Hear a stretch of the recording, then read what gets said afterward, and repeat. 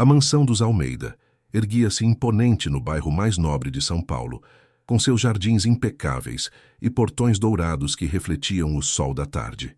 Por trás daquelas paredes de mármore italiano, o patriarca Eduardo Almeida, aos 83 anos, jazia em sua cama king-size importada, com lençóis de seda egípcia que custavam mais que um carro popular. Mas nem todo o dinheiro do mundo conseguia comprar o que ele mais precisava naquele momento: alguém que realmente se importasse com ele. O empresário que construíra um império de construtoras estava agora reduzido a um corpo frágil, vítima de um derrame que o deixara semiconsciente, capaz apenas de movimentos mínimos e olhares que pareciam carregar segredos que sua boca não conseguia mais pronunciar. Enquanto a família confiava cegamente em Patrícia, a nora sofisticada, ninguém imaginava o inferno que ela preparava. Patrícia Almeida, casada com Ricardo, o filho único de Eduardo, era a personificação da elegância superficial. Sempre vestindo roupas de grife italiana, com suas unhas perfeitamente esmaltadas em vermelho sangue e cabelos loiros impecavelmente escovados, ela circulava pela mansão como se já fosse a dona de tudo. Seus saltos Louboutin ecoavam pelo piso de mármore com a autoridade de quem já se considerava a verdadeira herdeira. Patrícia controlava tudo: a agenda de visitas ao sogro, a administração da casa, as contas e, principalmente, quem poderia ou não se aproximar do patriarca. Aos olhos da sociedade e dos poucos parentes distantes que ainda visitavam Eduardo, ela era a nora devotada, sacrificando seus dias de spa e jantares beneficentes para cuidar do sogro.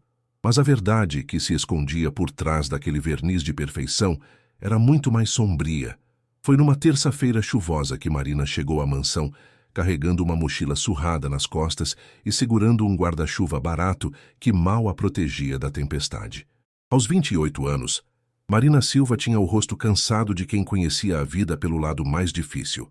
Formada em técnica de enfermagem, ela acumulava 3 empregos para sustentar a mãe doente e o irmão mais novo. Suas roupas eram simples, limpas, mas visivelmente remendadas, e seus tênis brancos de farmácia já haviam visto dias melhores. Quando a agência de cuidadores a indicou para aquela vaga, Marina mal podia acreditar no salário oferecido. Era 3 vezes o que ganhava nos outros lugares. O que ela não sabia é que nenhuma outra cuidadora havia durado mais de 2 semanas naquela casa. A recepção foi gélida. Patrícia a aguardava no hall de entrada, examinando Marina de cima a baixo, com aquele olhar que só a elite acostumada a julgar consegue ter. O contraste entre as duas mulheres não poderia ser maior. Enquanto Patrícia exalava perfume francês de R$ 1.000 o frasco, Marina trazia o cheiro honesto de sabonete comum.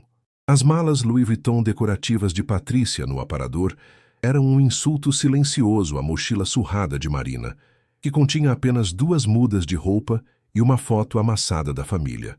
"Então você é a nova", disse Patrícia, sem sequer cumprimentá-la. Sua voz tinha aquele tom de desinteresse estudado, como se estivesse falando com um móvel. "Espero que dure mais que as outras. Meu sogro é muito exigente, entende? Precisa de cuidados especiais." Marina assentiu respeitosamente, ainda não compreendendo o veneno embutido naquelas palavras. "Sim, senhora. Pode deixar comigo. Tenho experiência com pacientes acamados."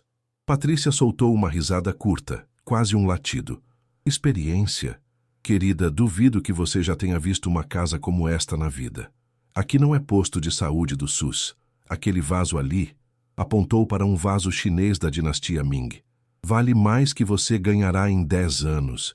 Então, cuidado onde pisa com esses tênis." Marina engoliu a humilhação, pensando no irmão que precisava de material escolar e na mãe que aguardava remédios caros. "Entendo, senhora. Posso ver o paciente?"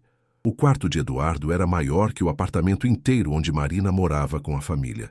Equipamentos médicos de última geração cercavam a cama, monitores piscando silenciosamente. Mas foi o olhar do velho que a impactou. Apesar da paralisia que prendia seu corpo, os olhos castanhos de Eduardo estavam alertas, conscientes, desesperados. Era como se houvesse um homem inteiro preso dentro daquele corpo traído pela idade e pela doença. Marina sentiu um aperto no peito. Ela conhecia aquele olhar.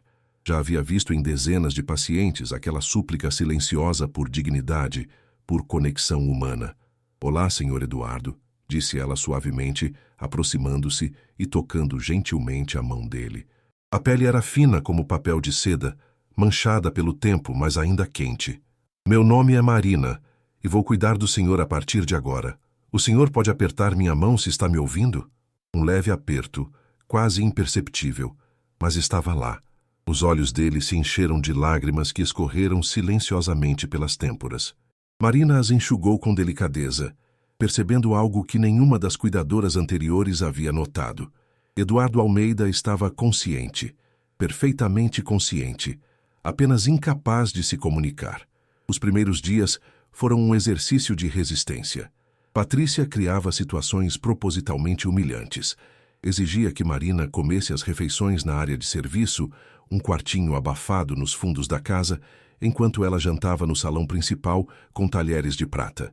Fazia questão de chamá-la na frente de visitas como a empregadinha, enfatizando cada sílaba com desdém.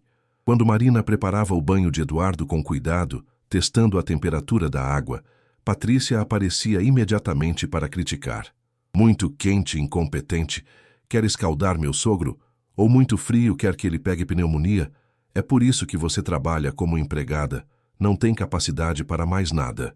Mas o pior aconteceu numa quinta-feira, quando a família se reuniu para um jantar. Ricardo, o filho de Eduardo, estava presente, assim como alguns primos distantes e o advogado da família, Dr. Henrique Sampaio. Marina estava trocando o soro de Eduardo quando Patrícia entrou no quarto como um furacão.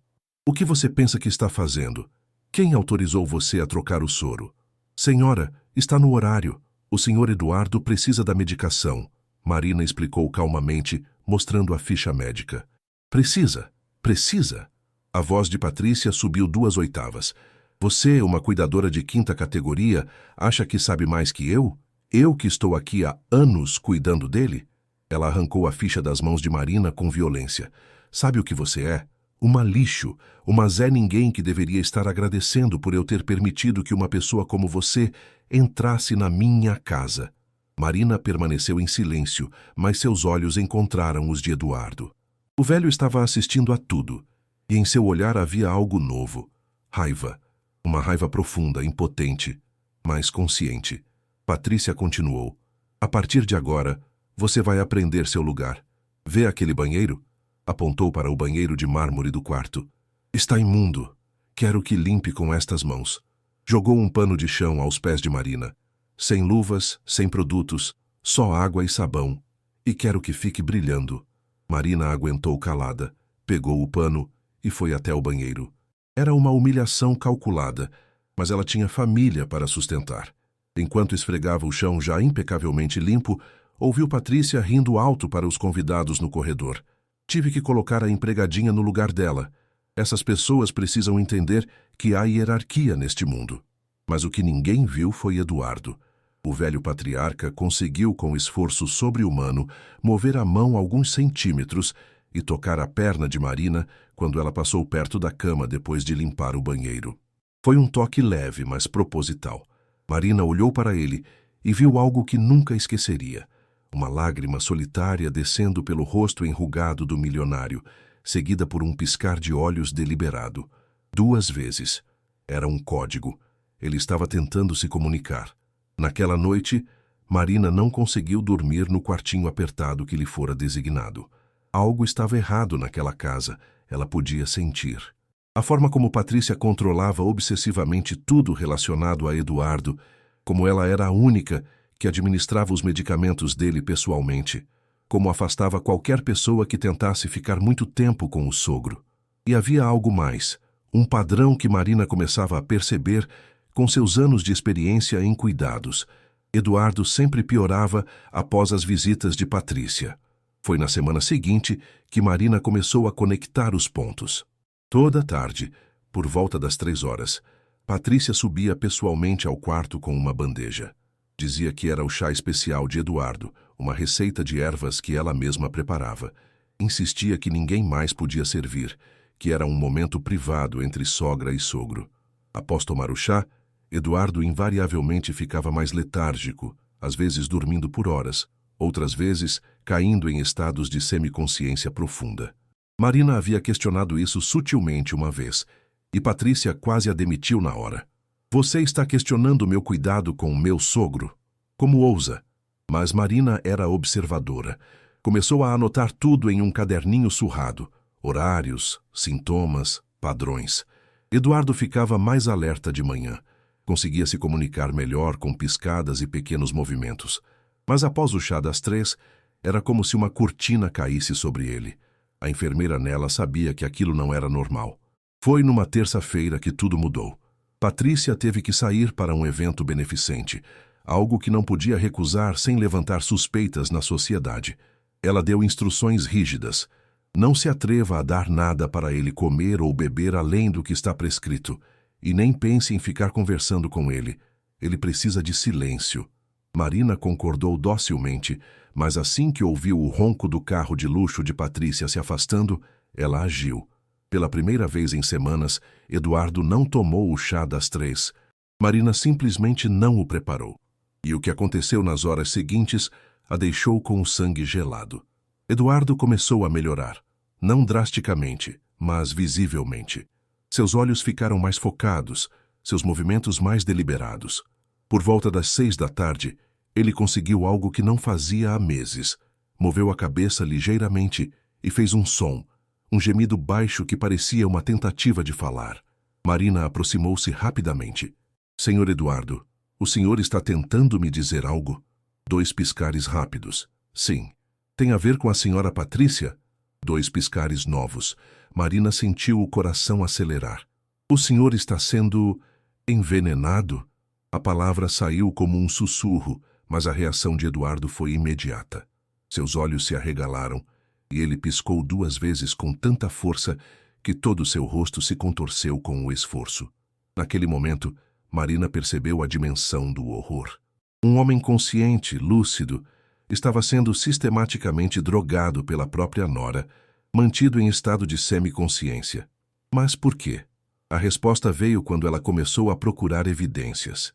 Esperou até a madrugada, quando toda a casa dormia. Com o coração batendo descompassado, Marina desceu até a cozinha gourmet. Sabia que era um risco enorme, que se fosse descoberta, seria demitida imediatamente, talvez até acusada de invasão de propriedade. Mas não conseguia ignorar o que havia visto. O olhar desesperado de Eduardo a assombrava. A cozinha era maior que 3 casas normais juntas, com eletrodomésticos que Marina nunca tinha visto na vida. Mas ela não estava procurando por luxo. Estava procurando por veneno. Foi até a despensa privativa de Patrícia, um armário trancado onde ela guardava suas ervas especiais. Marina sabia que não deveria, mas algo maior que o medo a impulsionava. Com uma habilidade que não sabia que possuía, usou um grampo de cabelo para forçar a fechadura. As mãos tremiam tanto que demorou 10 minutos. Quando finalmente abriu o armário, o que viu a fez segurar um grito. Não havia ervas medicinais ali. Havia frascos de medicamentos controlados, benzodiazepínicos em doses cavalares, sedativos poderosos, até mesmo substâncias que ela reconheceu de seus estudos como capazes de induzir estados de confusão mental. Mas o que realmente a congelou foi o frasco vazio de oleandro, uma planta extremamente tóxica, jogado descuidadamente no fundo do armário. Marina sabia de suas aulas de toxicologia que oleandro em pequenas doses podia simular sintomas de derrame, causar arritmias cardíacas, manter alguém em estado debilitado sem matá-lo imediatamente.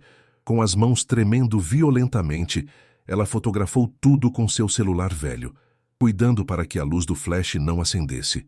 Cada clique do obturador soava como um trovão em seus ouvidos. Tinha que ser rápida. Fotografou os rótulos, as dosagens, o frasco de oleandro. Estava guardando o telefone, quando ouviu um som que a paralisou. Passos descendo a escada. Marina mal teve tempo de fechar o armário e se esconder atrás da enorme ilha de mármore da cozinha. Seu coração batia tão forte que tinha certeza de que quem quer que estivesse entrando iria ouvi-lo. Por entre as pernas dos banquetes, viu os saltos Louboutin de Patrícia entrando na cozinha. Mas o que a nora estava fazendo acordada às 3 da manhã? Patrícia foi direto ao armário de ervas. Marina observou quase sem respirar, enquanto a mulher pegava vários frascos. Misturava algo em uma xícara com a prática de quem fazia aquilo rotineiramente e murmurava sozinha. Só mais um mês, só mais um mês, até o testamento ser declarado inválido por incapacidade mental. Então tudo será meu, tudo. Ela riu baixo, um som que não tinha nada de humano. O velho idiota achou que podia me descartar do testamento? Depois de tudo que aguentei nesta casa? Pois vou provar que ele está mentalmente incapacitado. A cada dia mais confuso, mais dependente, e quando ele finalmente morrer, ela suspirou satisfeita, será de causas naturais, um coração velho que simplesmente desistiu. Marina teve que morder o próprio braço para não gritar. Estava ouvindo uma confissão de tentativa de homicídio. Patrícia estava envenenando Eduardo lentamente, não para matá-lo imediatamente, mas para incapacitá-lo mentalmente, provar que ele não tinha condições de manter um testamento que aparentemente a excluía. Era um plano diabólico, paciente, calculado. Patrícia saiu da cozinha com a xícara preparada, provavelmente para deixar pronta para a manhã seguinte. Marina esperou 15 minutos intermináveis antes de ousar se mover. Quando finalmente conseguiu voltar ao seu quarto, passou o resto da noite tremendo, segurando o celular como se fosse a coisa mais preciosa do mundo. Tinha evidências, tinha fotografias, mas o que fazer com elas? Quem acreditaria nela, uma simples cuidadora contra Patrícia Almeida, mulher da alta sociedade? Na manhã seguinte, Marina tomou uma decisão. Precisava de mais provas, provas irrefutáveis. Começou a gravar áudio. Seu celular velho tinha um gravador simples, e ela o deixava ligado no bolso do uniforme sempre que Patrícia estava por perto. Em 3 dias, tinha horas de gravações. Patrícia falando ao telefone com alguém sobre acelerar o processo, Patrícia discutindo com o marido Ricardo sobre a fortuna que seria deles em breve. Patrícia instruindo a empregada para não deixar ninguém visitar Eduardo sem sua autorização prévia. Mas Marina cometeu um erro, um pequeno, fatal erro. Estava no quarto de Eduardo, mostrando a ele em segredo as fotos que havia tirado, usando um sistema de piscadas para confirmar que era tudo verdade, quando não percebeu que a porta havia se aberto silenciosamente. Patrícia estava ali, parada, observando. Por quanto tempo? O suficiente. Então é assim? A voz de Patrícia era gelo puro. A empregadinha decidiu brincar de detetive. Marina se virou, o celular ainda na mão.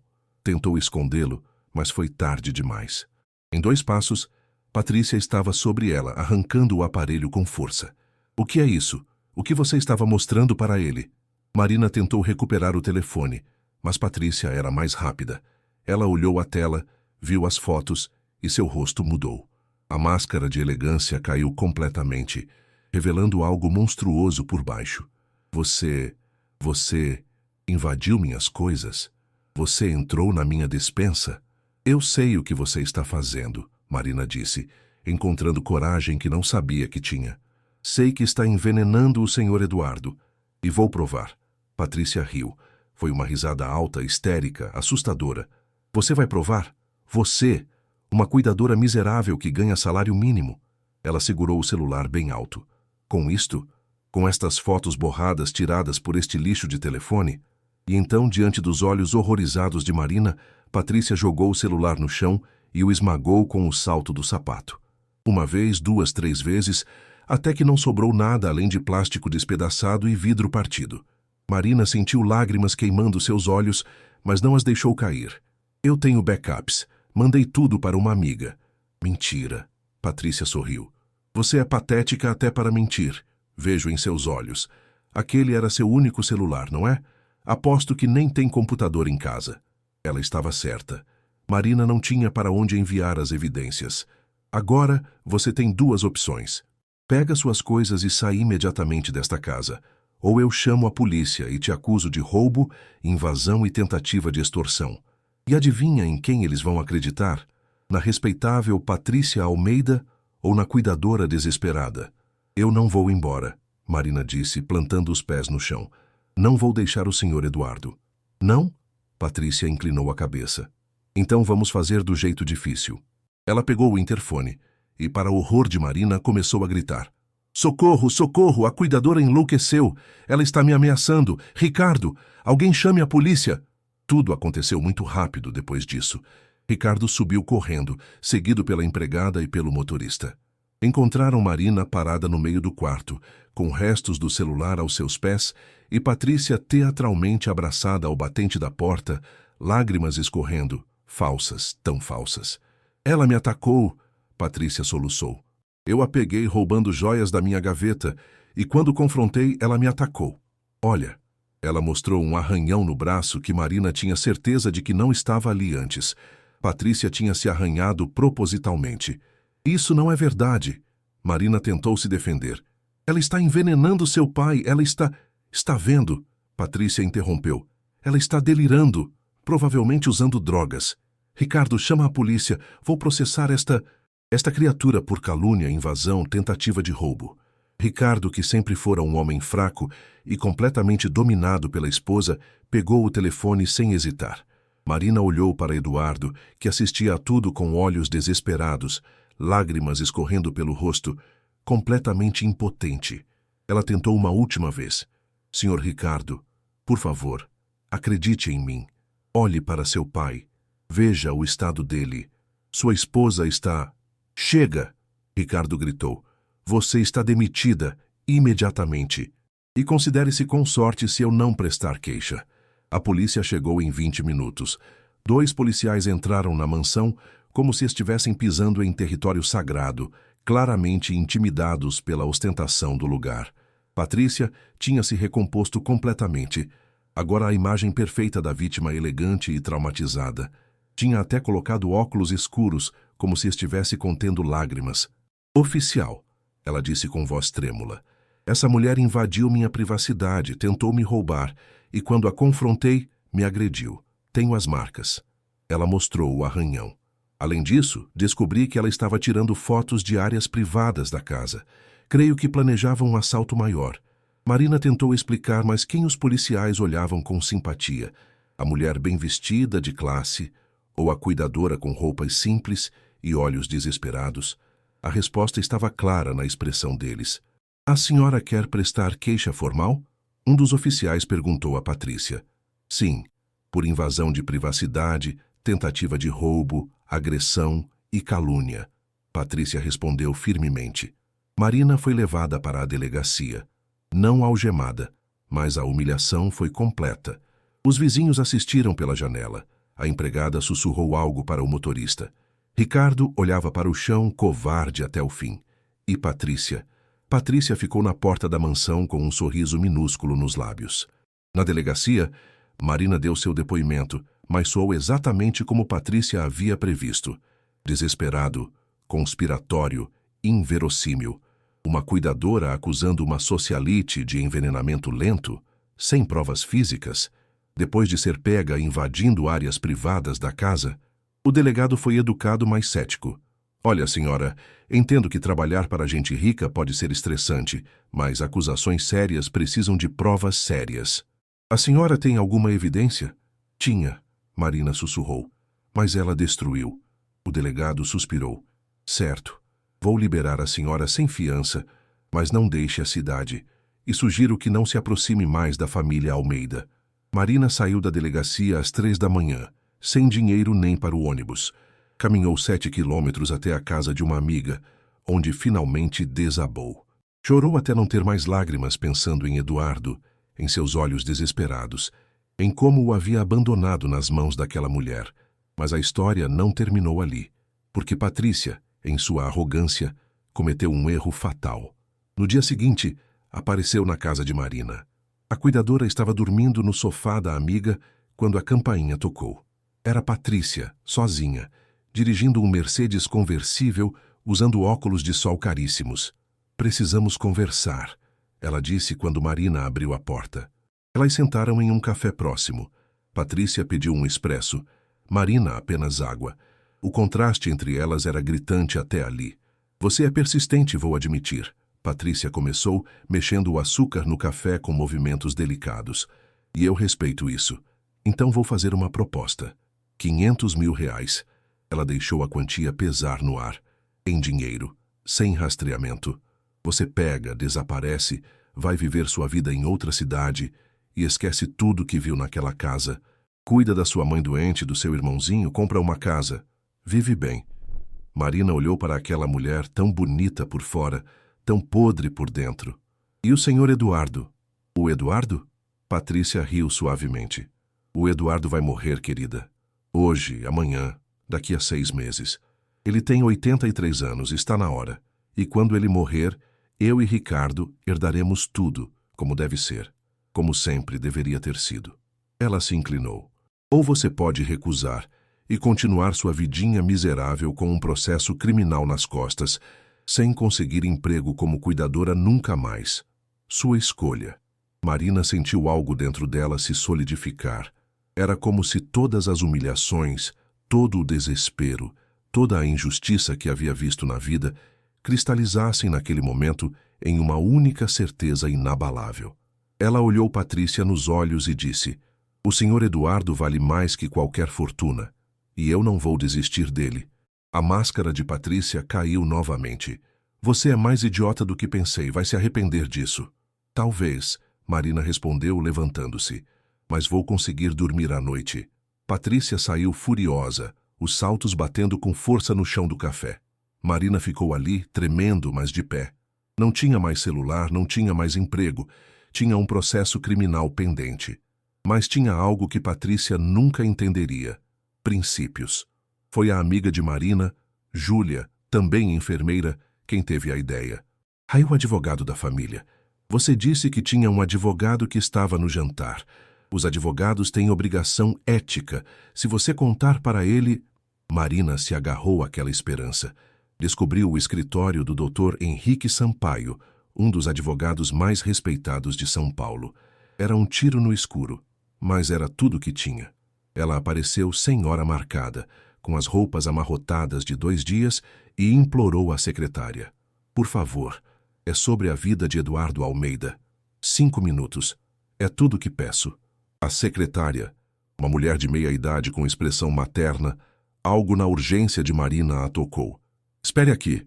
15 minutos depois, Marina estava sentada diante de Dr. Henrique Sampaio, um homem de 60 anos, cabelos grisalhos, óculos de aro fino e uma expressão que já havia visto todas as mentiras do mundo.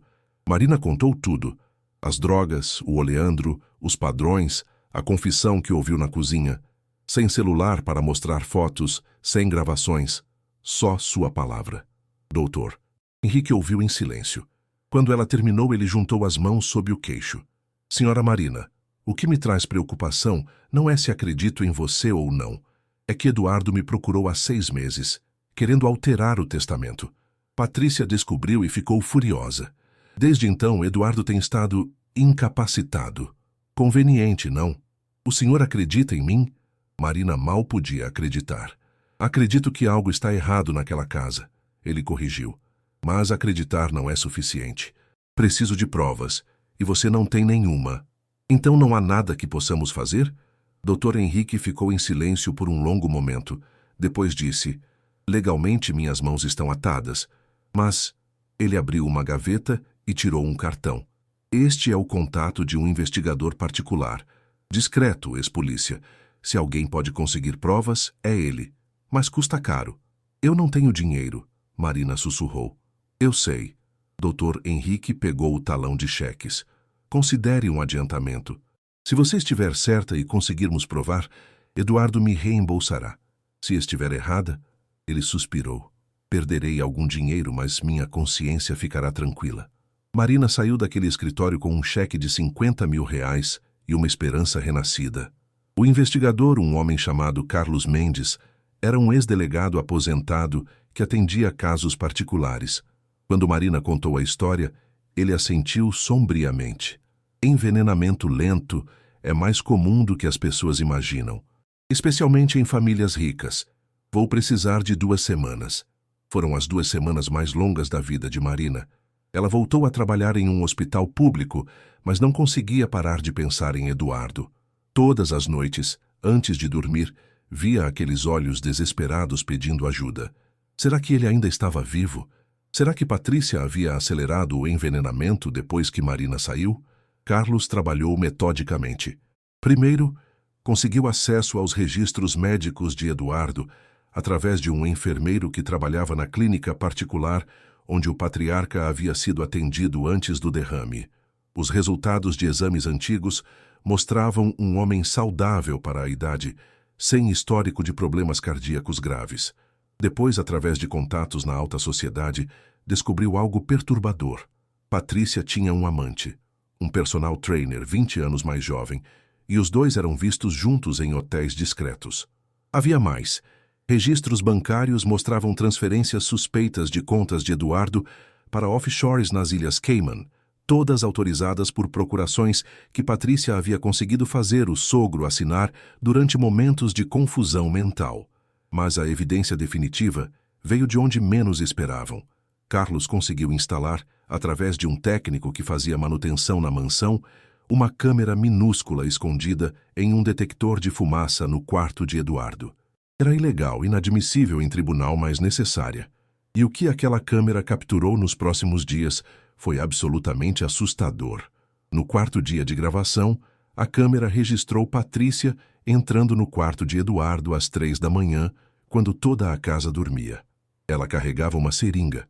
As imagens em infravermelho mostravam claramente ela se aproximando do sogro, verificando se ele estava dormindo profundamente e então injetando algo diretamente na via do soro. Eduardo nem se moveu, tão drogado estava.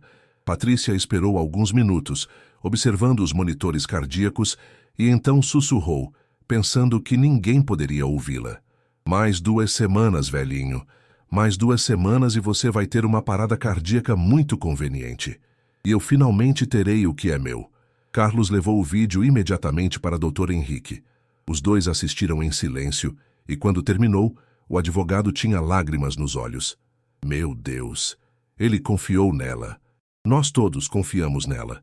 Precisamos agir rápido, Carlos disse. Se ela realmente planeja matá-lo em 2 semanas... Mas esse vídeo é ilegal, Dr. Henrique ponderou. Foi obtido sem autorização. Um juiz nunca aceitaria como prova. Não precisa ser admissível em tribunal, Carlos sorriu. Precisa apenas ser convincente o suficiente. Confie em mim. O plano foi elaborado meticulosamente. Doutor, Henrique marcou uma reunião urgente para discutir o testamento de Eduardo, alegando que havia questões legais que precisavam ser resolvidas imediatamente. Convidou toda a família, Ricardo, Patrícia, os primos distantes, até mesmo alguns membros do conselho da empresa Almeida. A reunião seria no escritório de advocacia, em uma sala de conferência ampla. Patrícia compareceu radiante. Vestia um conjunto Chanel rosa claro, cabelos perfeitamente arrumados, maquiagem impecável. Ela esperava que aquela reunião fosse sobre declarar Eduardo mentalmente incapacitado. O primeiro passo para invalidar qualquer testamento que a excluísse. Ricardo estava ao seu lado, como sempre, mais sombra que homem. A sala de conferência era imponente, com mesa de mogno e cadeiras de couro. Havia uma tela grande em uma das paredes. Patrícia se sentou na cabeceira, assumindo naturalmente a posição de poder. Os outros familiares se espalharam pela mesa, confusos sobre o motivo da urgência. Dr. Henrique entrou acompanhado por Carlos e, para choque de todos, por Marina. Patrícia se levantou imediatamente, o rosto vermelho de raiva. O que essa pessoa está fazendo aqui? Ela não tem nada a ver com nossa família. Ela foi demitida por justa causa. Sente-se, Patrícia, Dr. Henrique disse com uma voz que não admitia discussão. Ou saia agora e perca qualquer direito a qualquer coisa da família Almeida. Patrícia hesitou. Aquele não era o tom que esperava. Lentamente voltou a se sentar, mas seus olhos lançavam facas em direção a Marina. Convoquei todos aqui, Dr. Henrique começou, porque recebi informações graves sobre a saúde e o bem-estar de Eduardo Almeida. Informações que, se verdadeiras, constituem tentativa de homicídio. Houve um murmúrio chocado ao redor da mesa. Ricardo ficou pálido. Do que você está falando, Henrique? Estou falando de envenenamento sistemático, de manipulação, de ganância. Doutor. Henrique acenou para Carlos, que ligou o projetor. A tela acendeu mostrando o vídeo. As primeiras imagens eram de Eduardo durante o dia, visivelmente mais alerta quando Marina cuidava dele, conseguindo fazer pequenos movimentos, piscar de forma comunicativa. Depois as imagens de Patrícia, administrando o tal chá de ervas, e Eduardo mergulhando em profunda letargia. "Isso não prova nada", Patrícia gritou. "Ele é um velho doente. É natural que tenha altos e baixos." "Espere, doutor", Henrique disse calmamente. Ainda não terminou. O vídeo mudou para as imagens noturnas em infravermelho. A sala inteira ficou em silêncio quando viram Patrícia entrar com a seringa.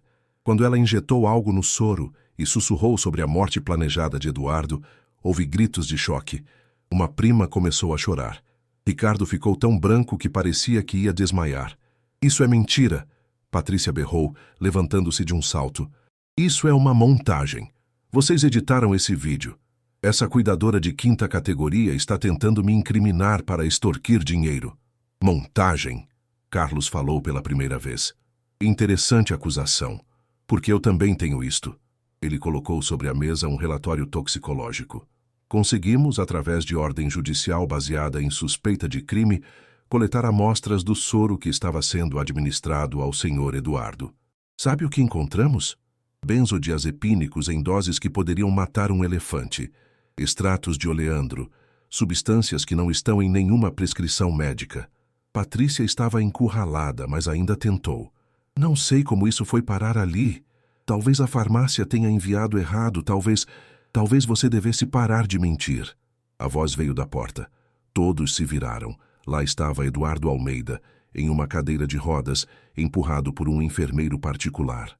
Ele estava magro, frágil, mas seus olhos estavam cristalinos, conscientes, alertas.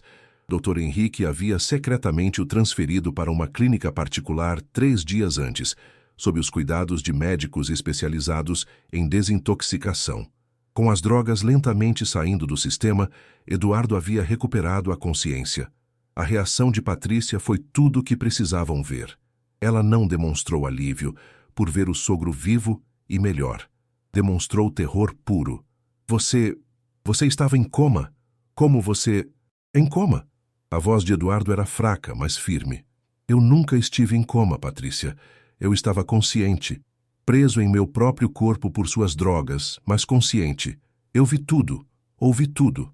Cada humilhação que você impôs a Marina, cada veneno que você me deu, cada vez que você e seu amante riam sobre como seria gastar minha fortuna quando eu morresse." Ricardo estava chorando agora, mãos cobrindo o rosto. "Patrícia, diz que não é verdade. Por favor, diz que não é verdade." Mas Patrícia não estava mais ouvindo. Ela olhava para Marina com um ódio tão intenso que era quase palpável. "Sua vadia, sua insignificante. Você fez isso. Você destruiu tudo." "Eu salvei uma vida", Marina respondeu calmamente. "Algo que você nunca entenderia." Patrícia avançou para Marina, mas Carlos a interceptou. Naquele momento, 2 policiais entraram na sala. Desta vez, policiais de verdade, com um mandado de prisão. "Patrícia Almeida, você está presa por tentativa de homicídio, apropriação indébita, falsificação de documentos e fraude." A transformação de Patrícia foi completa. A mulher elegante e controlada desmoronou. Ela tentou correr, mas não havia para onde ir. Tentou implorar para Ricardo, mas o marido afastou-se dela com nojo. Tentou oferecer dinheiro aos policiais, mas eles a ignoraram. Quando finalmente colocaram as algemas em seus pulsos, Patrícia soltou um grito que não tinha nada de humano. "Eu merecia aquele dinheiro. Eu, não uma empregada qualquer. Eu sou da família, eu deveria herdar tudo." "Você", Eduardo disse, cada palavra custando esforço, "nunca foi família. Família cuida, família ama. Você é apenas ganância em formato humano." Patrícia foi levada gritando e se debatendo, seus saltos caros arranhando o piso de mármore, sua maquiagem borrada de lágrimas de raiva. As portas se fecharam atrás dela, cortando seus gritos. A sala ficou em silêncio. Eduardo estendeu a mão trêmula para Marina. "Venha aqui, filha." Marina se aproximou, lágrimas finalmente escorrendo pelo rosto. "Senhor Eduardo, eu sinto muito. Sinto muito não ter conseguido provas mais rápido. Sinto por ter deixado você." "Você me salvou", Eduardo interrompeu. "Quando todos acreditaram naquela víbora, quando até meu próprio filho foi cego demais para ver, você me salvou. Você que mal me conhecia, Arriscou tudo. Seu emprego, sua reputação, sua liberdade. Ele pegou a mão dela, que era áspera do trabalho, e a apertou contra seu peito. Você é mais família para mim que qualquer pessoa nesta sala. Ricardo finalmente falou, a voz quebrada. Pai, eu não sabia. Como eu pude ser tão cego? Eduardo olhou para o filho com uma mistura de pena e decepção. Você foi cego porque escolheu ser. Porque era mais fácil deixar Patrícia controlar tudo que assumir responsabilidade. Mas agora você vai aprender. Dr. Henrique pegou uma pasta. Eduardo preparou um Novo Testamento. Um que Patrícia nunca soube que existia. Eu o guardei em segredo, esperando o momento certo. Ele abriu a pasta. Eduardo Almeida, em plena consciência e capacidade mental, deixa sua fortuna dividida da seguinte forma: 40% para Ricardo, sob a condição de que ele assuma ativamente a direção da empresa e compareça à terapia familiar por no mínimo 2 anos. 20% para causas de caridade voltadas ao cuidado de idosos. 10% dividido entre funcionários leais da empresa e 30%, ele fez uma pausa, para Marina Silva, a ser administrado em forma de fundação para treinar e apoiar cuidadores em situação de vulnerabilidade. Marina ficou boquiaberta. Senhor Eduardo, eu não posso aceitar isso, é dinheiro demais, eu nunca... Você pode e vai, Eduardo disse com firmeza renovada, porque você vai usar esse dinheiro para ajudar pessoas como você, para garantir que outros cuidadores não sejam humilhados, explorados ou ignorados. Você vai criar a mudança que este país precisa. Ele sorriu, um sorriso fraco, mas genuíno. E por que eu preciso de alguém para garantir que eu tome meus remédios corretamente? Alguém em quem eu possa confiar. Aceita o emprego? Marina desabou em soluços. Todos os meses de humilhação, medo, desespero, finalmente liberados. Sim, senhor Eduardo. Seria uma honra. Os meses seguintes foram transformadores. Patrícia foi julgada e condenada a 15 anos de prisão por tentativa de homicídio qualificado. As manchetes dos jornais foram brutais. Socialite tentou matar sogro milionário. Veneno em xícara de chá, o crime que chocou São Paulo. Cuidadora heróica salva empresário de nora assassina. A sociedade que antes a adorava, agora a desprezava. Suas antigas amigas davam entrevistas dizendo que sempre souberam que havia algo errado com ela. Seu amante negou tudo e desapareceu. Patrícia enfrentou a justiça completamente sozinha, do jeito que havia deixado Eduardo, isolada e traída. Ricardo passou por uma transformação dolorosa. A terapia forçou-o a encarar sua cumplicidade passiva, sua covardia, sua falha como filho. Lentamente, muito lentamente, começou a reconstruir a relação com o pai. Nunca seria como antes, mas havia esperança. Marina usou o dinheiro exatamente como Eduardo havia imaginado. Criou a Fundação Eduardo Almeida para a Dignidade no Cuidado, que oferecia bolsas de estudo integrais para pessoas de baixa renda se tornarem cuidadores certificados, além de assistência jurídica gratuita para cuidadores vítimas de abuso ou exploração. Em 2 anos, a Fundação já havia treinado mais de 1.000 profissionais e impedido dezenas de casos de abuso de idosos. Quanto a Eduardo, com tratamento adequado e livre das drogas, ele recuperou parte significativa de suas capacidades. Nunca voltou completamente ao que era, mas conseguiu andar com auxílio, falar claramente e, mais importante, viver com dignidade. Ele passou a morar em uma ala especial construída na sede da Fundação, cercado por cuidadores dedicados, mas sempre com Marina por perto. Em uma tarde ensolarada, 3 anos após tudo começar, Eduardo chamou Marina para uma conversa no jardim da Fundação. Ele estava sentado em sua cadeira favorita, com um cobertor sobre as pernas apesar do calor, um livro aberto no colo. Marina, ele disse, quero te contar uma história. Sim, senhor Eduardo. Quando eu era jovem, construindo meu império, achava que sucesso era medido em dinheiro. Quantas empresas eu tinha, quantos zeros na conta bancária, quão grande era minha mansão. Ele olhou para as crianças de funcionários brincando no jardim. Então fiquei velho. E o dinheiro não significou nada quando estava preso em meu próprio corpo, vendo uma víbora tentar me matar. Sabe o que importou? Uma jovem de 28 anos, ganhando o salário mínimo, que decidiu que minha vida valia a pena salvar, mesmo quando isso significava perder tudo. Marina pegou a mão dele. O senhor teria feito o mesmo por mim. Talvez. Agora sim. Mas antes de você? Não sei. Você me ensinou que caráter não se compra, Marina. Ou se tem, ou não se tem. E você tem. O senhor também tem, ela sorriu. Só estava escondido sob camadas de drogas e uma nora horrível. Eduardo riu. Aquele riso rouco que Marina havia aprendido a amar. Verdade. Sabe, às vezes penso no que Patrícia está fazendo agora, na prisão. Provavelmente culpando todo mundo menos ela mesma, Marina disse. Provavelmente. Eduardo ficou sério. Mas sabe o que é triste? Ela tinha tudo. Beleza, educação, oportunidades. Poderia ter feito tanto bem no mundo. Mas escolheu a ganância. Escolheu o ódio. E agora vai passar os melhores anos que lhe restam atrás das grades. Algumas pessoas simplesmente não conseguem ver além do dinheiro, Marina refletiu. E algumas pessoas, Eduardo apertou a mão dela, veem o que realmente importa, como você. Naquele momento, o Dr. Henrique chegou com novos documentos. A fundação estava se expandindo para mais 3 estados. O impacto já era mensurável.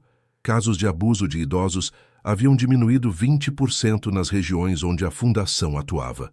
Cuidadores estavam sendo respeitados, valorizados, pagos dignamente. Sabe, Marina, Eduardo disse enquanto assinava os documentos com mão ainda trêmula, Patrícia estava certa sobre uma coisa. Você nunca seria da nossa família, porque você é a família, a verdadeira. A que escolhi, a que importa. Marina sentiu lágrimas quentes nos olhos novamente. 3 anos depois e ainda se emocionava. Obrigada, Sr. Eduardo, por confiar em mim, por acreditar em mim quando ninguém mais acreditou. Obrigada a você, ele respondeu, por me lembrar que humanidade não tem preço, mas sempre, sempre tem recompensa. Naquela tarde, enquanto o sol se punha sobre São Paulo, uma cuidadora que havia chegado à mansão Almeida com uma mochila surrada e nenhuma esperança, agora dirigia uma fundação multimilionária dedicada a mudar vidas. E um milionário que havia sido traído pela própria família agora estava cercado por amor verdadeiro. A história de Marina e Eduardo se espalhou, virou notícia, virou inspiração, virou exemplo. Mas para eles, nunca foi sobre a vingança ou sobre o dinheiro. Foi sempre sobre uma verdade simples que o mundo frequentemente esquece. Que o caráter de uma pessoa se revela não quando ela tem tudo, mas quando ela não tem nada, e ainda assim escolhe fazer o certo. Patrícia perdeu tudo. Liberdade, fortuna, reputação, família. Mas Marina ganhou algo que dinheiro nunca poderia comprar. A certeza de que havia feito a diferença, de que havia salvado uma vida, de que havia provado que humildade e integridade sempre, sempre vencem a arrogância e a crueldade. E quando Eduardo finalmente faleceu, 6 anos depois, aos 90 anos, cercado por Marina e por dezenas de cuidadores que ele havia ajudado através da fundação, suas últimas palavras foram: "Obrigado, filha, por me dar uma segunda chance de ser humano." Marina guardou essas palavras como um tesouro e continuou o legado, expandindo a fundação, salvando vidas, provando todos os dias que uma cuidadora humilde de um bairro pobre tinha mais valor que toda a elite cruel do mundo. Porque no final a verdade sempre prevalece, a bondade sempre vence, e aqueles que cuidam dos esquecidos nunca são, eles mesmos, esquecidos. Se você conhece uma cuidadora que merece reconhecimento, que enfrenta humilhações, mas continua fazendo seu trabalho com amor e dedicação, reconheça-a hoje, agradeça, valorize, porque pessoas como Marina são raras, mas são elas que tornam este mundo um lugar melhor, uma vida salva de cada vez.